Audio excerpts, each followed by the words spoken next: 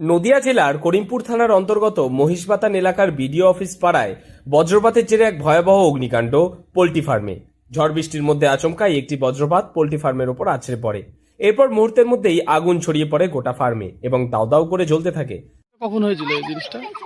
গতকালকে রাত্রে 8:30টার সময় কি থেকে আগুন ধরেছিল? বাস পড়েছিল ফার্মের এক কোণাতে, ওখান থেকে পুরো ঘরে আগুন ছড়িয়ে যায়।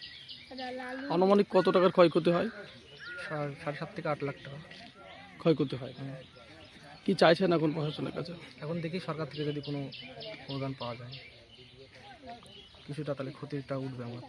স্থানীয় বাসিন্দা ও পোল্ট্রি ফার্মের মালিক সুজয় ঘোষ জানান, তার ফার্মে প্রায় 3000 মুরগি ছিল। বজ্রপাতের পর আগুন দ্রুত ছড়িয়ে পড়ায় অধিকাংশ মুরগি পুড়ে মারা যায়। ঝোড়ো হাওয়ার কারণে আগুন আরও দ্রুত বিস্তার লাভ করে এবং অল্প সময়ের মধ্যেই পুরো ফার্মটি ভস্মীভূত হয়ে যায়। গতকাল রাত 8:30 নাগাদ আমার পোলট্রি ফার্মে বাস পড়ে আগুন লেগে যায় এবং সম্পূর্ণ ফার্ম আগুনে পড়ে ভস্মীভূত হয়ে যায়। সেখানে আমার 3500 মাল ছিল এবং পুরোটাই পুড়ে যায়।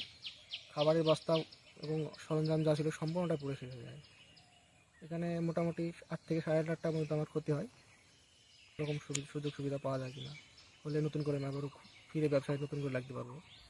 খবর পেয়ে স্থানীয় বাসিন্দারা দ্রুত ঘটনাস্থলে ছুটে এসে আগুন নেভানোর চেষ্টা করেন। তবে আগুনের তীব্রতা এতটাই বেশি ছিল যে তা নিয়ন্ত্রণে আনার আগেই সবকিছু পুড়ে ছাই হয়ে যায়। পরে ঘটনাস্থলে করিমপুর থানার পুলিশ পৌঁছায় এবং পরিস্থিতি খতিয়ে দেখেন। ঘড়ি দিল 10 গা পড়ি ঘরটায় আগুন ধরে যায়। এটা কখন হয়েছিল এটা? রাত 8টা 8:30টার দিকে। তো এরা খুব গরিব মানুষ করে খায়। এতে আমার সাথে জমিদার লিজ নিয়েছে, নেওয়ার পর এখন ওই আগুন ধরে পড়ে যায়। কি চাইছেন আপনারা? এখন যাতে ওরা একটু দাঁড়াতে পারে সেই চেষ্টা সরকার থেকে। ফার্মের মালিকের দাবি, এই অগ্নিকাণ্ডে প্রায় 8 থেকে 8.5 লক্ষ টাকার ক্ষতি হয়েছে তার। এই বিপর্যয়ে তিনি সম্পূর্ণভাবে নিঃস্ব হয়ে পড়েছেন। তিনি জানান, অন্য কোনো আয়ের উৎস না থাকায় পোল্ট্রি ব্যবসার ওপরেই তার জীবিকা নির্বাহ করত। বাজ পড়ে আগুন ধরেছে, পুরোটাই পুড়ে গেছে? পুরো ফার্মই পুড়ে গেছে। এটা কখন হয়েছিল?